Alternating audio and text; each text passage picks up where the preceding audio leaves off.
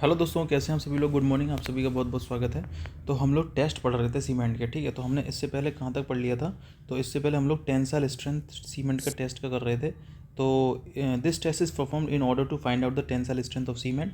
In order to perform this test the mortar और sand का जो हम लोग वो लेते थे, सीमेंट और सैंड का मोटार बनाते थे, वो बेसिकली 1:3 का रेशो लेके, और उसके अंदर जो वाटर ऐड कर रहे थे वो हम कर रहे थे P/5 प्लस 2.5%, ठीक है। बाई वेट ऑफ मोटार, ये ध्यान रखना, by weight of mortar, mortar के वेट के अकॉर्डिंग ले रहे थे, ठीक है। The paste form is filled in standard briquette, एक ब्रिक्विड टेस्ट होता है, वो टेंसाइल स्ट्रेंथ निकालता है सीमेंट का, ठीक है। Subject to uniform tensile loading लगाते थे 3.5 न्यूटन पर mm स्क्वायर पर मिनट की up to the failure. Average 12 result लेते थे हम लोग, और tensile strength in this case, ये टेंसाइल स्ट्रेंथ थी 3 दिन के अंदर हाफ, 7 दिन के अंदर 2/3, ठीक है। और ये ब्रिक्विड टेस्ट होता था 25.4 मीटर mm का, ये साइज़ होता था इसका। कुछ पॉइंट्स आपके यहाँ क्लियर हो जाएंगे, और कुछ पॉइंट्स आपके जो क्लियर होंगे वो होंगे आपके ऑब्जेक्टिव क्वेश्चंस में, ठीक है। साउंडनेस टेस्ट की अगर बात करें तो soundness of the cement is tested in order to check the extent of volume changes. Main चीज़ है साउंडनेस टेस्ट हम लोग क्यों करते हैं कि साउंडनेस टेस्ट का पता कर, मतलब लाइम का पता करने के लिए कि उसके अंदर कितना लाइम है, क्योंकि लाइम जो होता है रेस्पॉन्सिबल होता है वॉल्यूम चेंज, ठीक है। Soundness observe during the hydration process, जब हाइड्रेशन प्रोसेस होता है तो कितना वॉल्यूम चेंज हो रहा है, उसके लिए हम लोग साउंडनेस टेस्ट करते हैं। And unsoundness of the cement due to the lime, magnesia and sulphur. Basically 3 चीज़ों की वजह से अनसाउंडनेस आती है, लाइम की वजह से, मैग्नीशिया की वजह से, और सल्फर की वजह से। अनसाउंडनेस ड्यू टू लाइम, अब देखो लाइम की वजह से क्या क्या होगा। Unsoundness due to lime is measured using the Le Chatelier test. जो ली चैटलियर एपरेटस होता है, उस एपरेटस का यूज़ करता है जब आपका अनसाउंडनेस लाइम की वजह से आ रही हो। किसकी वजह से आ रही हो? लाइम की वजह से। And which consist of a split cylinder of dia and height 30 mm। जो डाया और हाइट, एक एपरेटस होता है, इसका डायामीटर और इसकी हाइट 30 mm की होती है, ठीक है। और इसकी जो इंडिकेटर आर्म्स होती हैं उनकी लेंथ 165 mm। जिस पे मैं गोला कर रहा हूँ ना, वो ऑब्जेक्टिव क्वेश्चन है आपका, ठीक है। चलो, in order to perform this test 100 gram cement ले लो, ये भी ऑब्जेक्टिव क्वेश्चन में पूछा जा सकता है। सैंपल इज गॉज्ड, और ये इंपॉर्टेंट है, कितना वाटर लेता है? 0.78 times P, 78 times P. And the paste formed filled in split cylinder, and it is a covered from the top and bottom with the help of glass plate. तो glass plate होती है, उससे हम लोग covered कर देते हैं ऊपर नीचे, ठीक है। And the entire assembly is immersed in water 24 hours के लिए एंटायर असेंबली को वाटर के अंदर इमर्ज कर देते हैं, और टेम्परेचर 27 से 32 डिग्री का टेम्परेचर रखते हैं। The sample is removed from the water and distance between the indicator arm is noted, note कर लो उसको, ठीक है। And the entire assembly is again emerge in water, and which is the temperature is raised up to the boiling point within the 25 से 30 minutes, ठीक है। and it is maintained for next 3 hours, and the sample is removed from the water and distance between the indicator is again noted. For OPC the difference between the two reading may be greater than 10 mm, should not be greater than 10 mm। मतलब 10 mm से ज़्यादा indicator जो है वो नहीं होने चाहिए आपके, समझ रहे हो ना आप।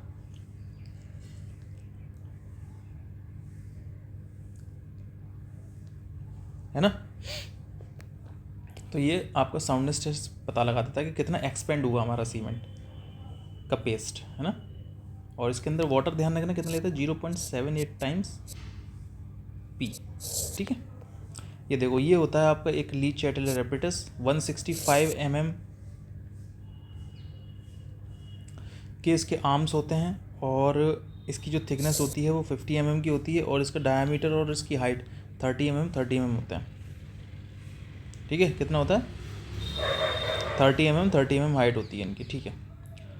ये देखिए 30 mm, और ये इंडिकेटर्स आर्म्स होते हैं, और ये भी 30 होता है, ठीक है। ये पॉइंट्स आपके जो है एग्जाम में पूछे जाएंगे। अनसाउंडनेस ड्यू टू मैग्नीशिया, अगर मैग्नीशिया अगर अनसाउंडनेस ड्यू टू मैग्नीशिया की वजह से आ रहा तो आप ऑटोक्लेव टेस्ट यूज़ करेंगे। इसके अंदर क्या यूज़ करेंगे? ऑटोक्लेव टेस्ट यूज़ करेंगे। And this test is sensitive both undergoes due to the lime and magnesia, दोनों के लिए सेंसिटिव होता है ये वाला ऑटोक्लेव। तो ये भी ऑब्जेक्टिव क्वेश्चन बन सकता है। ये कौन सा test both lime and magnesia के लिए करते हैं? Autoclave. In order to perform this test, इसका ब्लॉक लेते हैं हम लोग 25x25x282 mm3 is prepared from the given sample of cement and pasted inside a autoclave, stream pressure, ठीक है, and raised at such a rate of the gauge pressure, 21 kilogram पर centimetre cube का gauge pressure वो rise करते attain with 1 hour and it is a maintain for the next 3 hours and then sample is then removed from the autoclave and is tested size for OPC।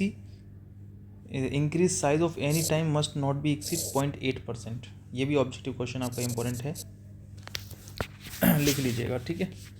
और इस पर load कितना लगाते हैं? 21 kilogram पर centimetre cube का load लगाते हैं इसके ऊपर, स्क्वायर का, सेंटीमीटर स्क्वायर, ठीक है। ये इसका साइज होता है 25 गुणा 282 mm।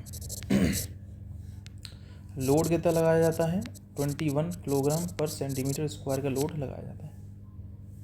केमिकल कंपोजिशन टेस्ट फिर करते हैं हम लोग। केमिकल कंपोजिशन क्या है? The ratio of percentage of alumina to iron oxide must be not be less than 0.66%, से ज़्यादा नहीं होना चाहिए, ठीक है।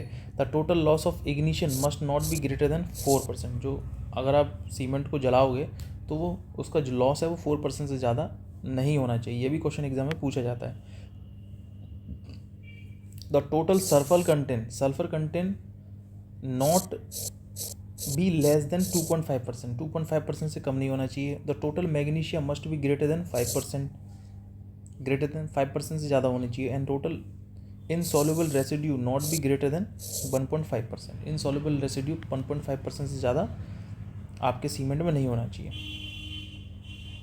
The ratio of percentage of lime to the silica, alumina and iron oxide lime saturation factor must not be greater than 1.02 and not be less than 0.66। समझ रहे हैं आप?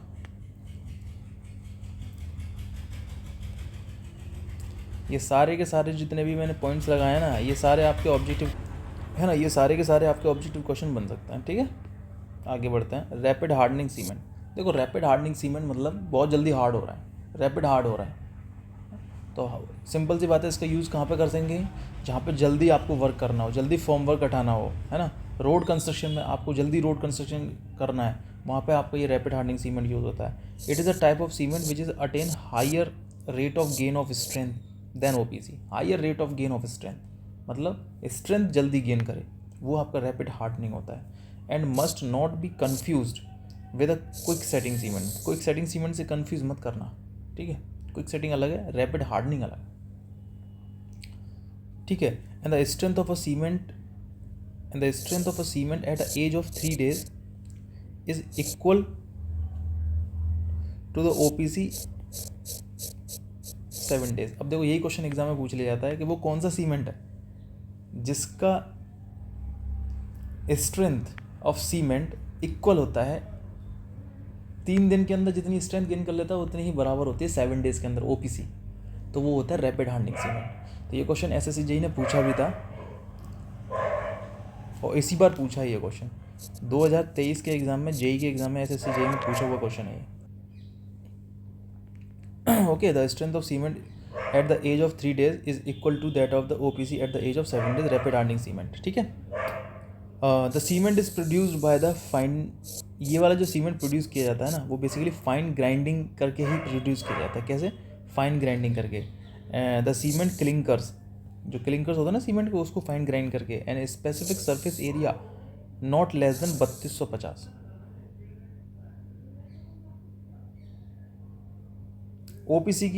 OPC का स्पेसिफिक सरफेस एरिया कितना होता था? 2250 सेंटीमीटर स्क्वायर पर ग्राम। और जो इसका specific surface area must not be less than 3250 rapid hardening cement का।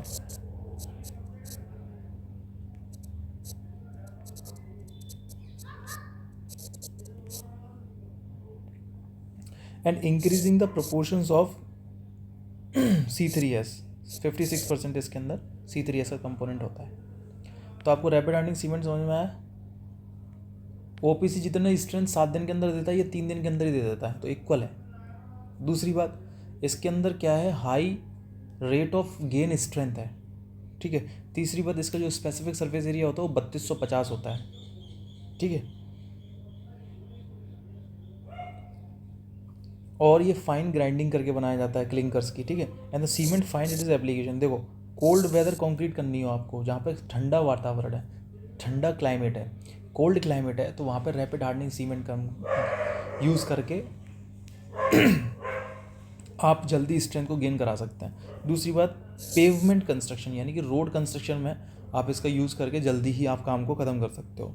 एक है प्री फैब्रिकेटेड स्ट्रक्चर्स जो होते हैं ना, वहाँ पे आप इसका यूज़ कर सकते हो। ये और सारे ऑब्जेक्टिव क्वेश्चंस हैं आपके, स्टेटमेंट में क्वेश्चन आ सकते हैं, ठीक है।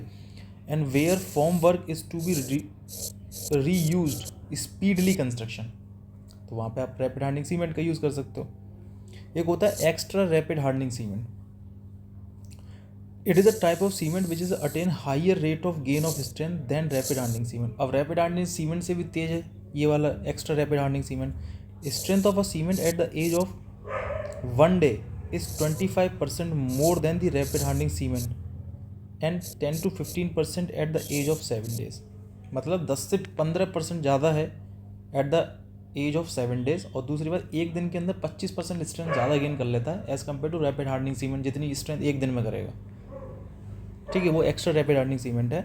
And this rate of gain of strength decreases time and age of 90 days, ठीक है, and age of 90 days and same as that rapid hardening cement or OPC cement।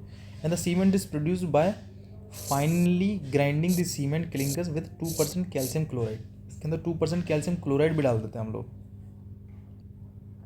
2% calcium chloride मतलब gypsum होता है, ये होता है जिप्सम। जिप्सम 2% इसलिए डाल देते हैं क्योंकि मान लो अगर हम ये नहीं डालेंगे ना तो बहुत जल्दी सेट हो जाएगा, ये इतना जल्दी सेट नहीं करना, समझ रहे हो। तो जिप्सम क्या करता है, सेटिंग टाइम को इंक्रीज कर देता है।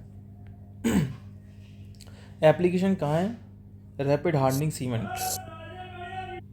एक सीमेंट होता है IRS T40 सीमेंट। आजकल एग्जामिनर ऐसे क्वेश्चन भी पूछ रहा है दोस्तों, ठीक है। IRS T40 cement, it is a special type of cement is used by Indian railways. Basically Indian railways use करती है ये वाला सीमेंट, IRS T40 सीमेंट।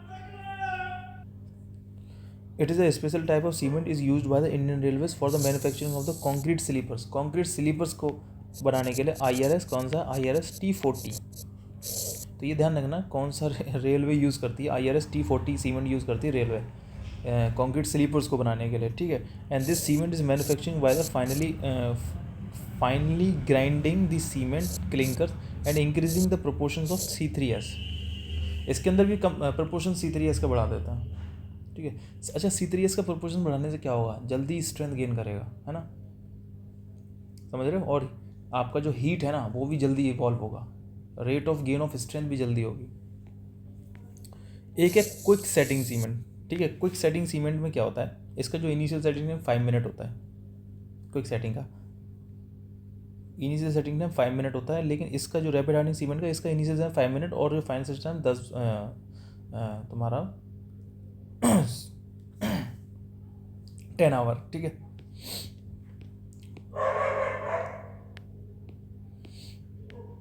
हालांकि जो रैपिड हार्डनिंग सीमेंट है ना उसका rate of gain of strength ज़्यादा है, ठीक है। ये इसमें कंफ्यूज मत हो जाना कि सर इसका इनिशियल सेटिंग टाइम क्यों कम है। इनिशियल सेटिंग टाइम वही होगा जो OPC का था, ठीक है। लेकिन क्विक सेटिंग सीमेंट का initial setting time quick set कर रहा है ना ये, इसलिए 5 मिनट इसका इनिशियल सेटिंग टाइम है, फाइनल सेटिंग टाइम इसका 30 मिनट है। It is a type of cement which loss plasticity comparatively faster than OPC। Plasticity loss जल्दी हो रही है as compare to faster than OPC, but does not attain early strength. लेकिन ये early strength attain नहीं करता, rapid hardening cement early strength attain कर लेता है।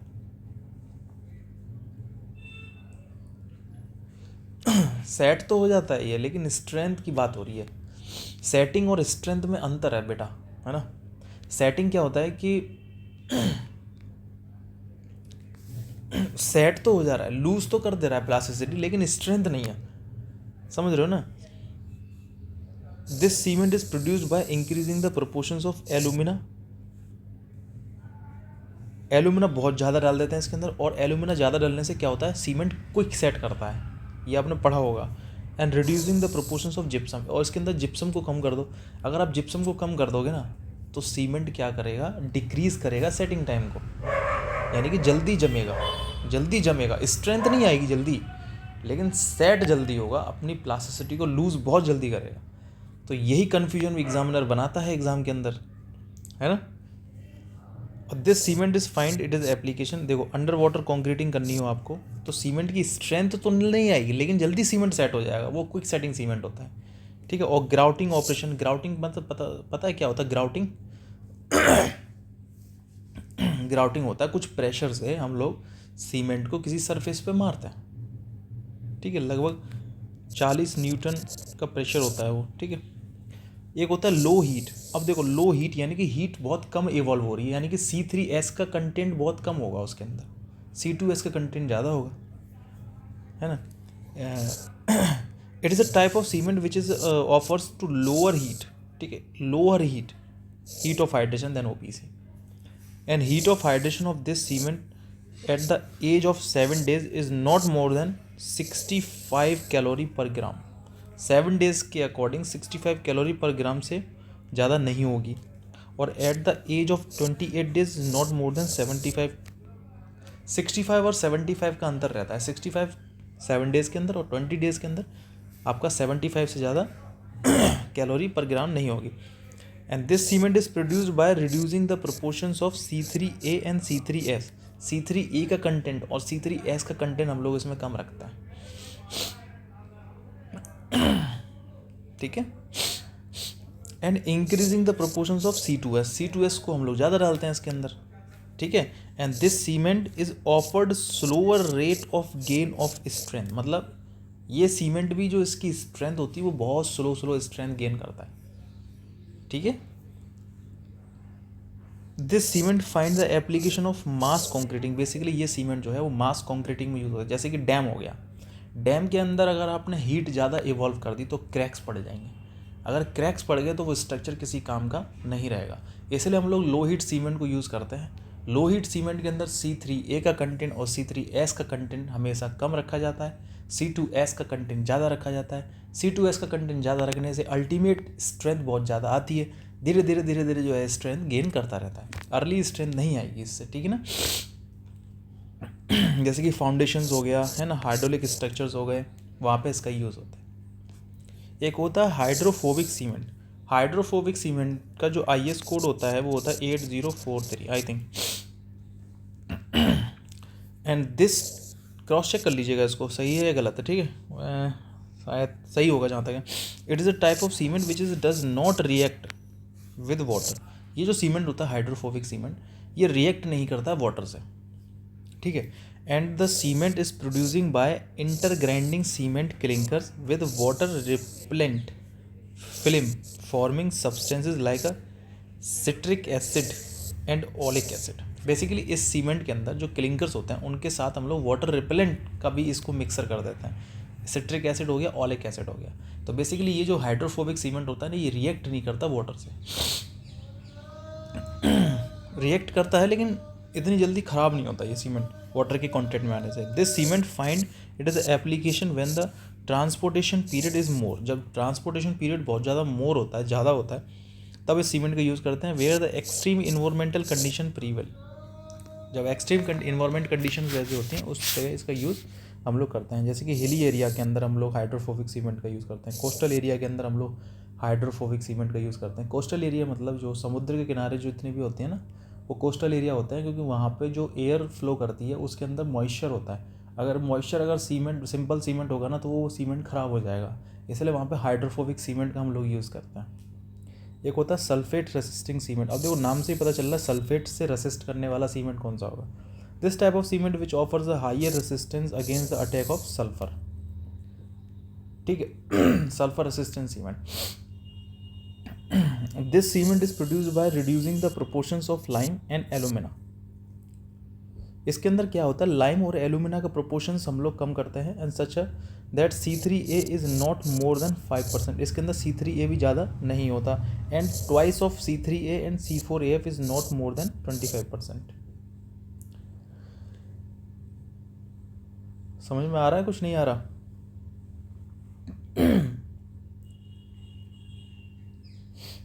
ठीक है, this cement find it is application. देखो फाउंडेशन वर्क में हम लोग इसका यूज़ करते हैं सल्फेट असिस्टिंग सीमेंट का। मराइन कंस्ट्रक्शन आपको वहाँ जहाँ करना हो, मराइन कंस्ट्रक्शन वहाँ पे सल्फेट होगा, तो वहाँ पे सल्फेट रेसिस्टेंट सीमेंट यूज़ करेंगे। सीवेज ट्रीटमेंट के प्लांट के लिए हम लोग सल्फेट रेसिस्टेंट सीमेंट यूज़ करेंगे, है ना। और where pipes is laid, marshy area होता है ना, वहाँ पे हम लोग सल्फेट रेसिस्टेंट सीमेंट का यूज़ करते हैं। एक होता है super sulphate cement.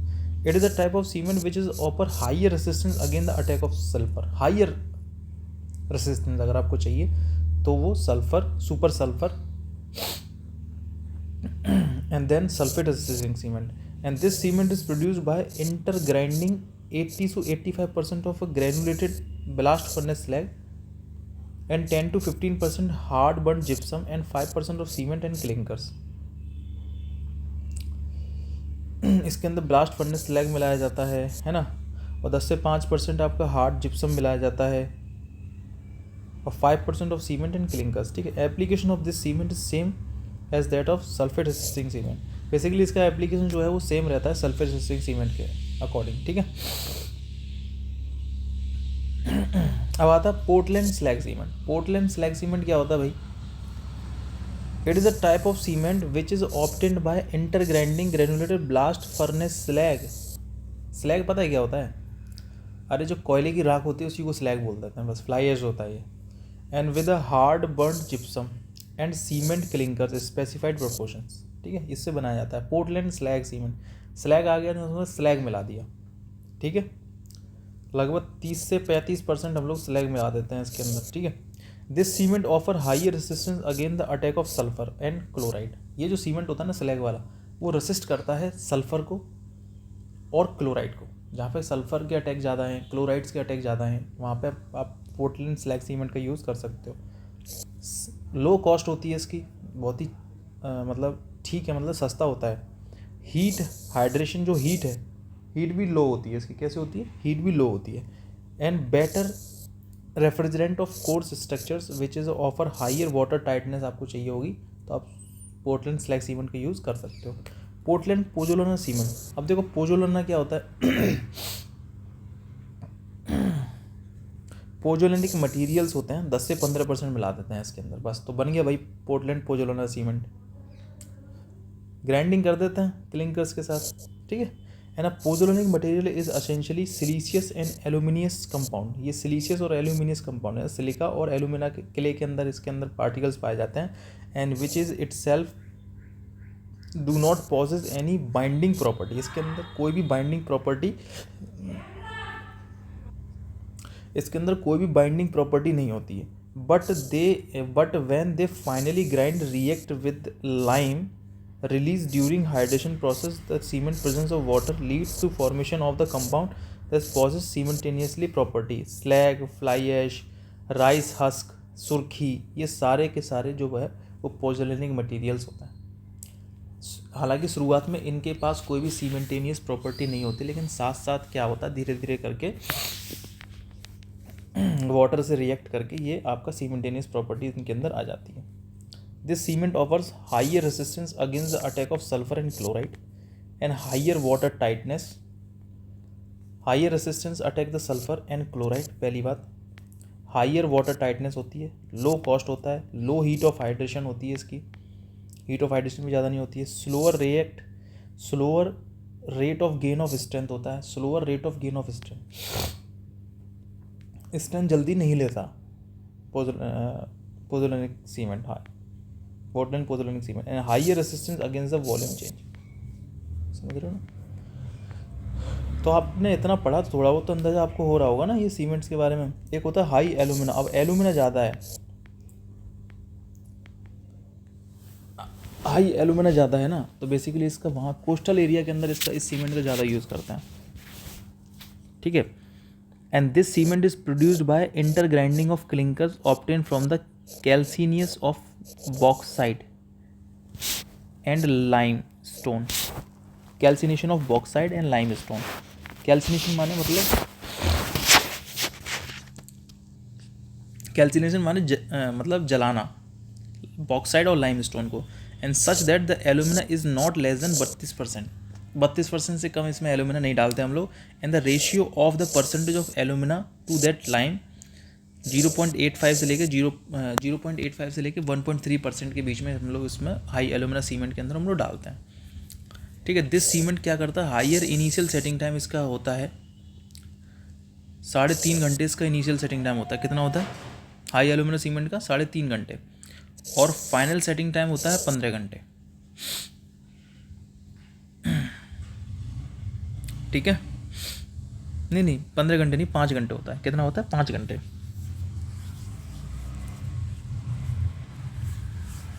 High alumina cement का। ठीक है, इनिशियल सेटिंग टाइम इसका होता है 3 घंटे, 3.5 घंटे, और जो फाइनल सेटिंग टाइम होता है 5 घंटे होता है, 5 घंटे। ठीक है, ये ध्यान रखना, पॉइंट्स इंपॉर्टेंट हैं ये। ठीक है, और higher resistance against the chemical and salt. जहाँ पे केमिकल अटैक होता है ना, वहाँ पे हाई एलुमिना सीमेंट का यूज़ करते हैं हम लोग।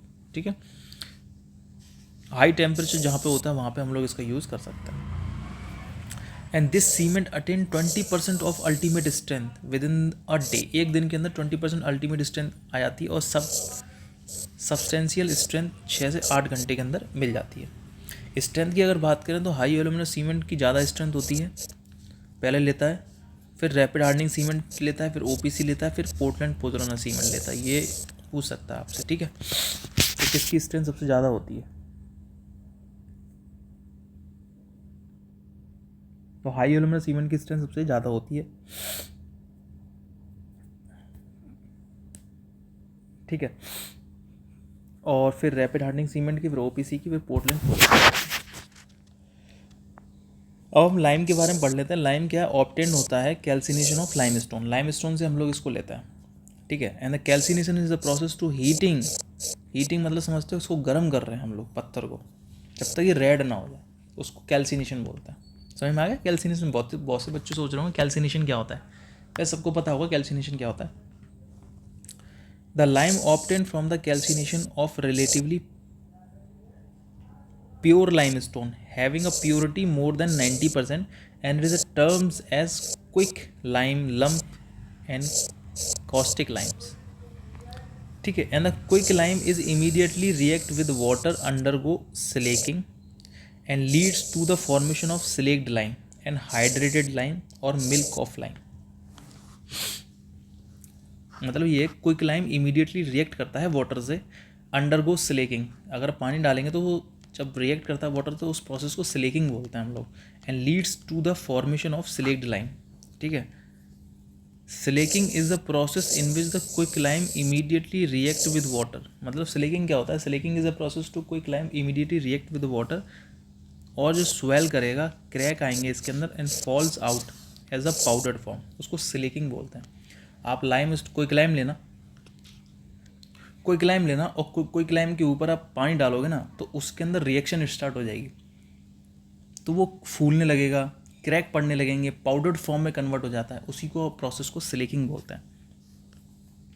Hydrated lime is used possible as have very high activity for CO2, hence immediately react with it and get and wasted out the calcium carbonate. ठीक है, ये इसका लाइम स्टोन है, कैल्सिनेशन हुआ, कैल्सिनेशन होने के बाद लाइम बना। ठीक है, फिर प्योरिटी 90% से ज़्यादा होनी चाहिए, क्विक लाइम, कॉस्टिक लाइम। फिर आपने स्लेकिंग करवाया, सेलेक्ट हाइड्रेटेड लाइम मिल गया, है ना। फिर ये मिला आपको ingredient of lime stone, clay होता है इसके अंदर। क्ले क्या करता है, इम्पार्ट हाइड्रोलिक्सिटी। क्ले क्या करती है, impart hydraulicity to the lime and makes insoluble in water. Note, hydraulicity is the property of a lime by virtue of it is able to settle water. मतलब वाटर के अंदर settle होने की, भाई under water settle होना है तो उसको हाइड्रोलिक्सिटी प्रोवाइड करानी पड़ेगी, यानी क्ले मिलाना पड़ेगा। क्ले इसके अंदर होता ही होता है। And damp location where there is a no free circulation of air, जहाँ पे एयर नहीं होता, वहाँ पे डैम्प लोकेशन में आपको हाइड्रोलिक लाइम ही यूज़ करना पड़ता है, ठीक है, hydraulic lime. And if it is axis it retards slaking of lime, and it is a deficiency the arrest the slaking of lime. ठीक है. And for a good lime it should B range of 8 से 30% होता है good lime के अंदर.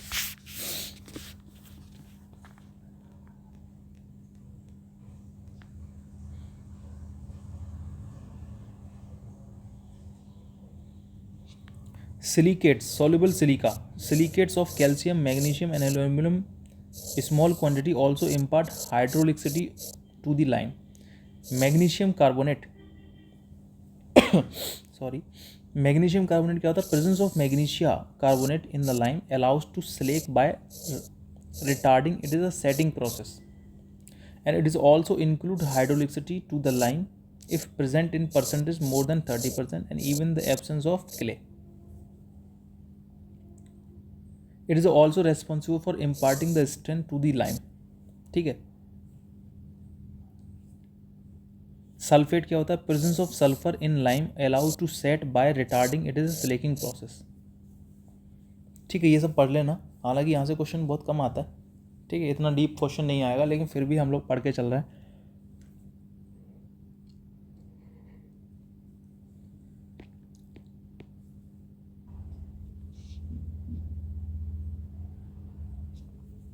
अब जैसे कि हमने पढ़ा फैट लाइम. फैट लाइम क्या होता है? It undergo regard slaking due to which is volume increase. 2 से 2.5% का वॉल्यूम इसमें इंक्रीज हुआ, thereby it is term as fat lime. ठीक है. ये फैट लाइम कैसे मिलता है? ये कैल्सिनेशन प्रोसेस से मिलता है हमको of limestone having purity more than 92% या 90%, and thereby it is also term as rich lime, pure lime, high calcium lime. समझ रहे हो? इसको फैट लाइम ही बोलते हैं. और बेसिकली ये हमको कैसे मिलता है? कैल्सिनेशन प्रोसेस के बाद मिलता है fat lime. Perfect white colour होता है इसका, ठीक है, and also term as white lime. इसको वाइट लाइम और बोल देते हैं हम लोग फैट लाइम को कभी कभी. And highly soluble in water, water के अंदर मिल जाता है. And possesses high plasticity, high plasticity इसके अंदर आ जाती है. और this lime find it is a application where the setting volume required. And white washing के लिए यूज़ होता है, प्लास्टरिंग के लिए यूज़ होता है फैट लाइम. तो एग्जामिनर पूछेगा कि वाइट वॉशिंग के लिए कौन सा लाइम चाहिए? फैट लाइम की ज़रूरत पड़ती है. किसकी ज़रूरत पड़ती है? Fat lime. आगे बढ़ता है. It is obtain from calcination of free sales. Calcination of free sales, ठीक. कैल्सिनेशन मैंने आपको बताई दी क्या होता है. एक होता है हाइड्रोलिक लाइम, तो इसके अंदर क्ले का परसेंटेज ज़्यादा होता है. It is capable of setting in under water. Water के अंदर सेट होने की कैपेबिलिटी होती है. By it is a term as hydraulic lime, इसलिए इसको हाइड्रोलिक लाइम बोलते हैं. And it is obtain from the calcination of a limestone, ठीक है, हैविंग अ प्योरिटी रेंज 90 से 70%, 70 से 90% इसकी प्योरिटी रेंज होती है. It possesses awkward colour and insoluble in water. Water के अंदर इनसॉल्युबल होता है, पहली बात, ठीक है. फैट लाइम सॉल्युबल होता है, तभी तो वाइट वॉशिंग के लिए यूज़ हो रहा है. And it is a hard comparatively faster than the fat lime. ये जल्दी हार्ड हो जाता है as compare to fat lime. Hence it is a find it is application where the strength required. जहाँ पे स्ट्रेंथ रिक्वायर्ड होती है ना, वहाँ पे बेसिकली हाइड्रोलिक लाइम का ही हम लोग यूज़ करते हैं. जैसे कि मानसून वर्क, ब्रिक हो गया, मैसन वर्क, वहाँ पे यूज़ होता है ये, ठीक है. It obtain from the calcination of kankar. Basically जो ऑप्टेन होता है कंकर पे अगर कैल्सिनेशन प्रोसेस करेंगे तो ये हाइड्रोलिक लाइम वहाँ से होता है. एक होता है poor lime, rich lime, fat lime, है ना. ये सारे के सारे जो है ना वाइट लाइम, ये फैट लाइम ही है, ठीक है. And this obtain from the calcination of limestone. This obtain from the calcination of limestone having a purity less than 70% purity होती है, तब ये प्योर लाइम होता है, ठीक है. And thereby it is a term as impure lime और lean lime और बोलते हैं इसको. क्या होता है? लीन लाइम. लीन लाइम क्या होता है? एक पुअर लाइम होता है, इम्प्योर लाइम होता है.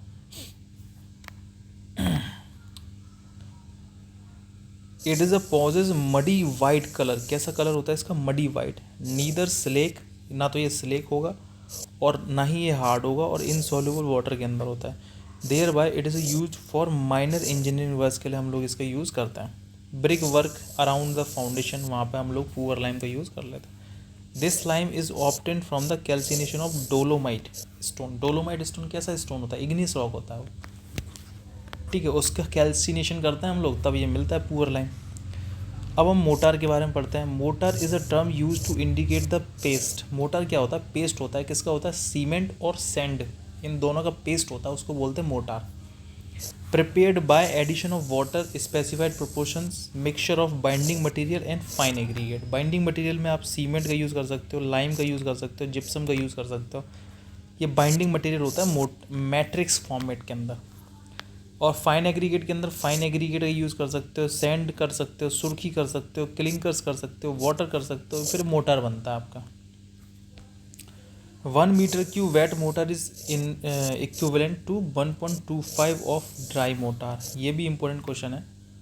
जो वेट मोटर होता है ना, उसके अंदर 1.25 मीटर क्यूब ड्राई मोटार होता है, तब वो 1 मीटर क्यूब जाके वेट मोटर बनता है, ठीक है।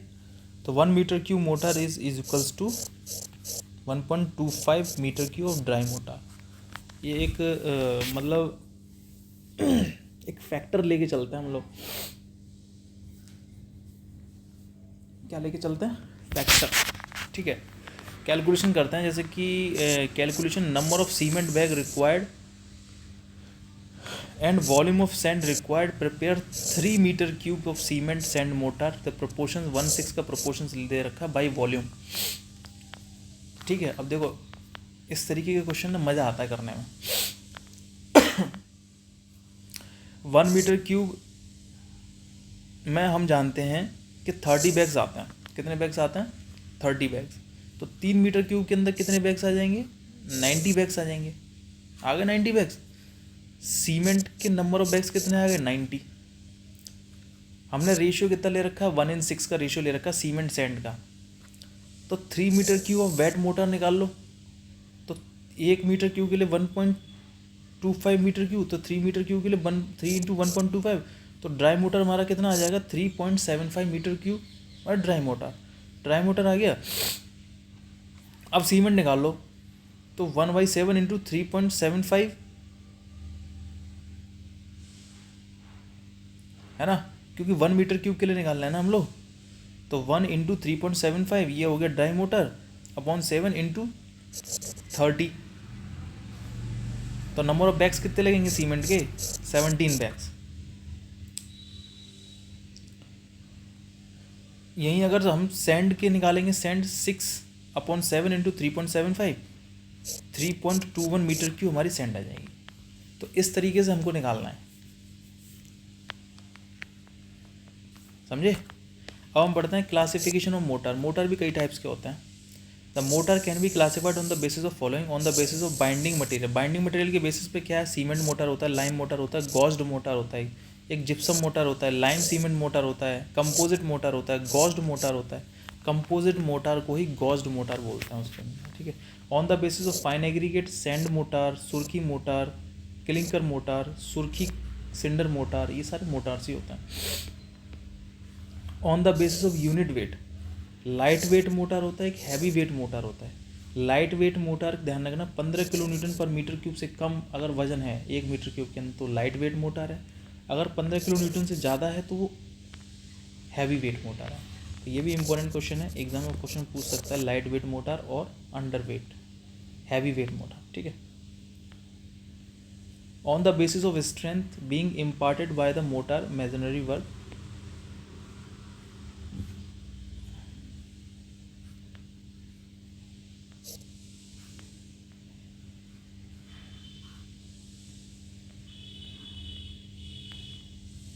ये स्ट्रेंथ दे रखी है, H1 H2 मोटर की कितनी स्ट्रेंथ होगी, 6 से 7.5, M1 मोटर की 3 से 6, M2 मोटर की 2 से 3, M3 मोटर की 1.5, L1 मोटर की 0.7, L2 मोटर की 0.5।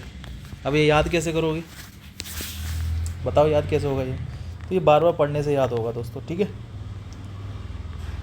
On the basis of special properties being imparted by the water, sound proof motor होता है, फायर रेसिस्टेंट मोटर होता है, एक्सरे शील्डिंग मोटर होता है। And the fine aggregate being used for motor should be possess following property. It should be well graded, it should be chemically inert, it should be free from presence of vegetable matters, and it should be free from presence of salts capable absorbing moisture from atmosphere. Quality of good mortar, it should be capable developing of the good adhesion between the other building components. मतलब adhesion का मतलब समझते हो, एक दूसरा product के साथ जब भी ये वर्क करेगा तो अच्छी तरीके से इसके बीच में बॉन्डिंग होनी चाहिए, उसको adhesion बोलते हैं, ठीक है. And it should be capable developing desired stresses, ठीक है. And it should be capable of resistance penetration water, resistance of penetration water मतलब पानी अंदर ना जाए, तो ये एक कैपेबिलिटी है, गुड क्वालिटी है मोटार की, ठीक है ना. इट शुड बी वर्केबल होना चाहिए, and it should be cheap होना चाहिए, ड्यूरेबल होना चाहिए, and it should not affect the other building components. ऐसा नहीं है अफेक्ट कर रहा है अदर बिल्डिंग कंपोनेंट्स को, ठीक है ना. और functions of fine aggregate, strength अच्छी होनी चाहिए, ठीक है. Use of fine aggregate does not impart any strength. Basically fine aggregate हम लोग जो यूज़ करते हैं ना, वो कभी भी स्ट्रेंथ, फाइन एग्रीगेट के फंक्शंस क्या होता है एक पता होना चाहिए. तो फाइन एग्रीगेट कभी भी स्ट्रेंथ नहीं देता, do not impart any strength to the mortar, but readjustment of strength of mortar achieved by increasing or decreasing it is proportions. Readjustment करता है स्ट्रेंथ का, ठीक है. सरफेस एरिया बढ़ा देता है. Use of fine aggregate in mortar divide the parts of binding material by it is number of layers, they can increase the specific surface area which can be applied. Specific surface area बढ़ा देता है. Bulk की अगर बात करें, use of fine aggregate in mortar help to increasing the volume of mortar by the reducing it is cost. Cost reduce कर देता है और बेसिकली वॉल्यूम को इंक्रीज कर देता है मोटार का. ये फाइन एग्रीगेट, ठीक है. श्रिंकेज भाई, use of fine aggregate in mortar help to reducing the shrinkage को कम करता है, सुकड़न को कम करता है उसकी, ठीक है. And by reducing it is porosity. जब पोरोसिटी रिड्यूस होती है, पोरोसिटी का मतलब पता है आपको, number of holes in particular volume. Soil mechanics में हम लोग पढ़ेंगे पोरोसिटी क्या होता है. वी अपॉन बी है ना, volume of voids upon total volume, उसको पोरोसिटी बोलते हैं. And which is a turn reduce the volume change it ins, ठीक है. And thereby reduce the tendency of development of crack. तो basically crack को कम करने के लिए भी हम लोग ये फाइन एग्रीगेट यूज होता है. क्यों? क्योंकि ये श्रिंकेज को कम करती है. Setting, use of fine aggregate in motor permit the gases and heat escape out from the uniformly by increasing it is. जो गैसेज इसके अंदर बनती हैं सीमेंट के अंदर, उनको बाहर निकालने के लिए भी हम लोग फाइन एग्रीगेट का यूज़ करते हैं. And permeability thereby reducing the development of cracks. The type of mortar use in particular type of construction is allow, ठीक है. पॉइंटिंग वर्क के लिए सीमेंट और सैंड का मोटर 1:2 होता है. ग्राउटिंग वर्क के लिए 1:1.5 होता है. ग्राउटिंग वर्क के लिए ये ध्यान रखना, ये क्वेश्चन आएंगे. पॉइंटिंग वर्क के लिए 1:2 होता है, ग्राउटिंग के लिए 1:1.5 होता है. पेवमेंट कंस्ट्रक्शन के लिए, डैम प्रूफ कोर्स के लिए 1:2 होता है, इंपॉर्टेंट है, ठीक है. प्लास्टरिंग वर्क के लिए 1:3 या 1:4 होता है. बेसिकली 1:3 लेते हैं एक्सटीरियर सरफेस के लिए. और ग्रानाइटिंग के लिए और मेजनरी सुपर स्ट्रक्चर के लिए 1:1, 1:2. प्लास्टरिंग इंटीरियर सरफेस पे अगर प्लास्टरिंग कर रहे हो तो 1:5 और 1:6 लेते हैं, और एक्सटीरियर पे कर रहे हो तो 1:3 लेते हैं. मेजनरी इन सब स्ट्रक्चर्स, सब स्ट्रक्चर की अगर मेजनरी कर रहे हो तो आप 1:2, 1:3 पे ले रहे हो. नॉर्मल आरसीसी वर्क के लिए 1:2, 1:3 ले सकते हो, ठीक है. अब हम पढ़ते हैं एग्रीगेट. एग्रीगेट में क्या है आपको पता है, विदाउट एग्रीगेट काम तो होता नहीं है, ठीक है. एग्रीगेट भी ज़रूरी है. तो properties of the aggregate governs the characteristic of the concrete in which use for the construction. Basically aggregate हम लोग कंस्ट्रक्शन के अंदर कॉन्क्रीट जब हम लोग बनाते हैं तो वहाँ पे हम लोग एग्रीगेट का यूज़ करते हैं. शेप ऑफ एग्रीगेट, कैसा शेप होना चाहिए एग्रीगेट का. The use of rounded aggregate leads to formation of more workable. देखो राउंडेड एग्रीगेट जो होते हैं ना, मोर वर्केबल होता है. क्यों? क्योंकि राउंडेड एग्रीगेट के लिए आपका वाटर की रिक्वायरमेंट इतनी नहीं होती है जितनी आपका फ्लैगी एग्रीगेट कंडीशन के अंदर होती है. समझ रहे हो मेरी बात को? राउंडेड एग्रीगेट, ठीक है. As the lesser area to be lubricant in this case, मतलब जो एरिया जो होता है ना वो कम एरिया चाहिए एज लुब्रिकेशन के लिए, इसलिए वर्केबल ज़्यादा है ये, ठीक है। वर्केबिलिटी जो राउंडेड एग्रीगेट होता है ना उनकी वर्केबिलिटी बहुत ज़्यादा होती है। Use of angular aggregate leads to formation of poor mix having lesser workability, अगर पुअर मिक्स अगर हुआ तो लेसर वर्केबिलिटी होगी। As the more is to be area to be lubrication के लिए ज़्यादा एरिया की रिक्वायरमेंट होती है एंगुलर एग्रीगेट के लिए, है ना। इन this case the strength of the concrete is मोर, लेकिन ये वाला जो केस होता है ना राउंडेड एग्रीगेट के अंदर इतनी स्ट्रेंथ नहीं होती है जितना एंगुलर एग्रीगेट के अंदर स्ट्रेंथ ज़्यादा आती है ना। तो in this case the strength of concrete is more as a better than interlocking, क्यों? क्योंकि इंटरलॉकिंग बेटर होती है between the aggregate and more is to bond strength अच्छी हो जाती है, ठीक है। और एग्रीगेट का जो IS कोड होता है ना 383 होता है, ये भी ध्यान रखना, ठीक है। Use of flaky and elongated aggregate, flaky aggregate क्या होता है 3/5 of it is mean dimension, ठीक है, और ये होता है 9/5 of it is mean dimension, ये भी क्वेश्चन एग्जाम में देखने को मिलता है। Use of flaky and elongated aggregate lead to formation less और पुअर, नाइदर पॉजेज स्ट्रेंथ और नॉर वर्केबिलिटी, ना तो स्ट्रेंथ होती है ना ही वर्केबिलिटी होती है। एंगुलर के लिए अच्छी होती है, इंटरलॉकिंग बॉन्डिंग बहुत बढ़िया हो जाती है। As a more in area to be lubricate, lubrication के लिए ज़्यादा एरिया चाहिए in case of poor interlocking property, interlinking जो होती है ना पुअर इंटरलिंकिंग हो जाती है। Angularity of the aggregate is measured in terms of parameter angularity number होता है and signifies percentage voids in sample. Angularity number varies in the range of 0 से 11, इंपॉर्टेंट क्वेश्चन है, बहुत ही इंपॉर्टेंट क्वेश्चन है कि एंगुलरिटी नंबर जो होता है वो नंबर क्या होता है 0 से 11 if percentage void is 33%, angularity number is taken to be 0 if percentage void is 44%, angularity number is taken to be 11, ठीक है। ये एंगुलरिटी नंबर होता है 0 से 11 के बीच में होता है, ये क्वेश्चन आपसे पूछ सकता है एग्जाम में। Flakiness of aggregate is referred in terms of parameter terms and flakiness index, ठीक है, एक फ्लैकीनेस इंडेक्स होता है and which is defined as a percentage of particle having a least size smaller than 3/5 of it is mean size, ठीक है, मैंने आपको ऊपर बता दिया था।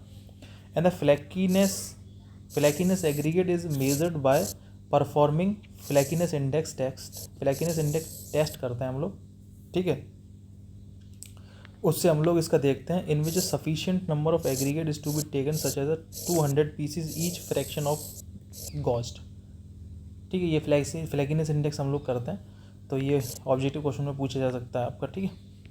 Aggregate are passed through the respective opening 9 over thickness gauge, that is a weight of a aggregate passing through the opening which is when expressed in terms of original weight of aggregate is termed as a flackiness index, ठीक है। this test is not applicable for the aggregate having a size smaller than 6.6 mm से कम smaller size के लिए ये फ्लैकीनेस index हम लोग नहीं निकालते। Elongation of aggregate measured in terms of parameter elongation index, वो इलोंगेशन इंडेक्स होता है which is defined as a percentage particle sample having largest size more than 1.8 times of the mean size, more than 1.8 times of the mean size. Elongation of the aggregate measured by performing elongation index test, ठीक है, and sufficient number of aggregate must be taken such at 200 pieces each fraction can be gauged. Aggregate are passed through the respective opening over the length of gauge and the weight of aggregate retained over the opening is noted, which expressed in terms of original weight of the aggregate is termed as elongation index, and this test is not applicable for the aggregate having a size smaller than 6.3 mm। तो आपका जो फ्लैकीनेस index है वो भी आपका अगर aggregate 6.3 mm से कम है तो यूज़ नहीं होता, एलोंगेशन है तो भी आपका मतलब यूज़ नहीं होता। ये देखो आप, ये है आपका थिकनेस गेज, ठीक है।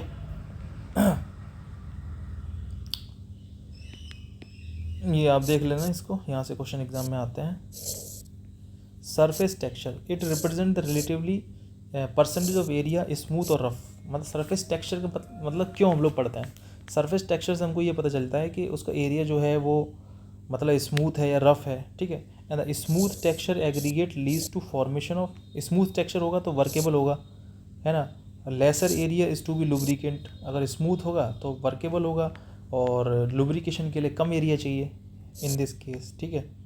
एंड रफ टेक्सचर होगा तो आपका स्लो मिक्स होगा, है ना। बेटर इंटर पार्टिकल लॉकिंग होगी, मोर बॉन्ड स्ट्रेंथ होगी अगर रफ टेक्सचर होगा तो, ठीक है। ग्रेडिंग ऑफ एग्रीगेट, हम लोग ग्रेड क्यों करते हैं एग्रीगेट को? The grading of aggregate directly governs the workability and strength of concrete. अगर हम ग्रेडिंग से ये पता लगाते हैं कि वर्केबल कितना होगा कॉन्क्रीट हमारा, है ना, हमारा कॉन्क्रीट स्ट्रेंथ कितना लेगा, उसलिए हम लोग ग्रेडिंग करते हैं। समझ रहे हो मेरी बात को?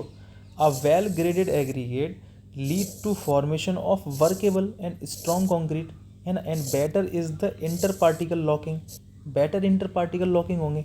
And more is the bond strength in case, ज़्यादा बॉन्ड स्ट्रेंथ होगी। Moreover more in the availability of free cement paste carry out the lubrication, carry out the lubrication. Grading of aggregate referred in terms of parameter coefficient of uniformity CU, grading वही तो करते हैं CU and CC, curvature coefficient of curvature, which are found to performing particle size distribution analysis। particle size distribution analysis हम लोग करते हैं उस time पे, करते हैं नहीं करते हैं? बोलो बोलो बोलो। तो इसमें हम लोग CU निकालते हैं, फिर CC निकालते हैं। आपको पता है CU क्या होता है? D60/D10, है ना। और CC क्या होता है? D30/D60 इंटू D10, D30 का होल स्क्वायर, ठीक है, यही तो होता है, हम पढ़ेंगे ये सब चीज़ें। During this analysis the parameter referred as a fineness modulus. जब हम ये करते हैं, एनालिसिस करते हैं, तो फाइननेस मॉडुलस एक टर्म सुना होगा आपने, use to indicate the fineness and coarseness of aggregate, absolute term. The fineness modulus is defined as aggregate of a cumulative percentage, ये ऑब्जेक्टिव क्वेश्चन में पूछता है, of a particle retained over a different sieves होती हैं उसके ऊपर 80 mm से 150 micron, and divided by the constant which is generally taken to be 100, constant होता है, ठीक है। And higher fineness modulus is courser, ज़्यादा फाइननेस मॉडुलस होगा तो कोर्स होगा एग्रीगेट, अगर लो होगा तो आपका फाइन होगा एग्रीगेट, ठीक है। For fine sand fineness modulus 2.2 से लेकर 2.6 के बीच में होता है। बेसिकली मैक्सिमम फाइननेस मॉडुलस जो होता है 3.2 से ज़्यादा नहीं होना चाहिए। फॉर मीडियम सैंड की अगर बात करें तो 2.6 से 2.9 के बीच में, और कोर्स सैंड की बात करें तो 2.9 से 3.2 के बीच में होता है। तो फाइननेस मॉडुलस पे भी इस बार एक क्वेश्चन आया था एसएससी जेई के अंदर, ध्यान रखना 2023 के अंदर एसएससी जेई के अंदर ये इस बार जो पेपर हुआ था उसमें ये क्वेश्चन आया था फाइननेस मॉडुलस से, ठीक है। तो फाइननेस मॉडुलस हम लोगों ने पढ़ा यहाँ से अच्छी तरीके से। ग्रेडिंग हम जब करते हैं देखो मैंने यहाँ पर पढ़ाया भी आपको, लिखा भी है। During this analysis the parameter referred as a fineness modulus is use to indicate the fineness and coarseness of aggregate in absolute terms, ठीक है। And the fineness modulus is defined as aggregate of cumulative percentage, ठीक है, of particles retained over a different sieve ranges from 80 to 150 mu and divided by the constant which is generally taken to be 100, and higher the fineness modulus, ज़्यादा अगर fineness modulus है तो particle कैसा होगा? Course होगा। अगर lower fineness modulus है तो पार्टिकल कैसा होगा? छोटा होगा। फाइननेस मॉडुलस बेसिकली 3 टाइप के होते हैं। फाइन सैंड के लिए 2.2 से लेकर 2.6 के बीच में होता है। मीडियम सैंड के लिए 2.6 से लेकर 2.9 के बीच में होता है। कोर्स सैंड के लिए 2.9 से लेकर 3.2 के बीच में होता है। ये पॉइंट्स आपको ध्यान रखना है। Sand having a fineness modulus more than 3.2 it is not considered to be suitable for the preparation of concrete. जिनका हाँ यही क्वेश्चन आया था एसएससी जेई के अंदर कि ये बताइए concrete not suitable for the preparation of the concrete if the fineness modulus more than 3.2। यही क्वेश्चन एग्जाम में आया था, आप देख लेना जाके, ठीक है। देखो अब देखो इन्होंने ये सीव्स के साइज़ लगा रखे हैं 80 mm, 40 mm, 20 mm, 10 mm, 4.75 mm, 2.36 mm, 1.18 mm, 600 micron, 300 micron और 150 माइक्रोन की। तो यानी कि ये नंबर ऑफ़ सीव्स हैं, और बेसिकली 1 2 3 4 5 6 7 8 9 10 सीव हैं, ठीक है। अब 80 mm से लेके 150 mm तक का सीव का यहाँ पे साइज़ है। अब 80 mm की जब उन्होंने ऊपर से एग्रीगेट डाला, नीचे पेन लगा रखा है, तो वेट रिटेंड यानी कि इसमें जो बाकी की पार्टिकल नीचे चले गए और 15% जो है पार्टिकल ऊपर रह गए, वेट रिटेन कर गया। 40 mm पे इतना रिटेन कर गया, 20 mm पे इतना रिटेन कर गया, 10 mm पे वेट है ये वेट, ठीक है, इनका वेट लेंगे हम लोग। 4.75 पे इतना रिटेन कर गया, 2.6 पे इतना रिटेन कर गया, इतना रिटेन कर गया, इतना रिटेन कर गया, रिटेन रिटेन रिटेन, ठीक है। परसेंटेज, अब परसेंटेज निकाल लो, परसेंटेज वेट रिटेन मतलब आपने जितना मटेरियल डाला उसका इतना परसेंट कितना हो गया, 5, 20, 12, ये परसेंटेज ही है, ठीक है, पूरा परसेंटेज निकाल। अब कम्युलेटिव परसेंटेज कैसे निकालोगे,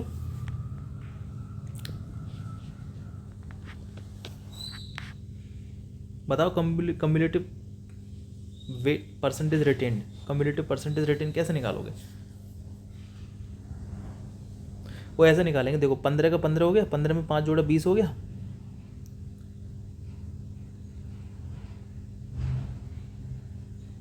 और 20 में 20 जोड़ा कितना हो गया, 40 हो गया, 40 में 12 जोड़ा कितना हो गया, 52 हो गया, 52 में 3 जोड़ा कितना हो गया, 55 हो गया, 55 में 10 जोड़ा कितना हो गया, 65 हो गया, 65 में 2 जोड़ा कितना हो गया, 67 हो गया। ऐसे टोटल मिला के इन्होंने निकाला वैल्यू 584। तो 584 को 100 से डिवाइड कर दोगे तो ये फाइनेंस मॉडुलस आ जाएगा 5.84। ये आपका फाइनेंस मॉडुलस है, यानी कि इससे आपको ये पता चल जाएगा कि ये आपके जो पार्टिकल्स हैं it is not used for the concrete preparation, इसलिए हम लोग फाइनेंस मॉडुलस को निकालते हैं।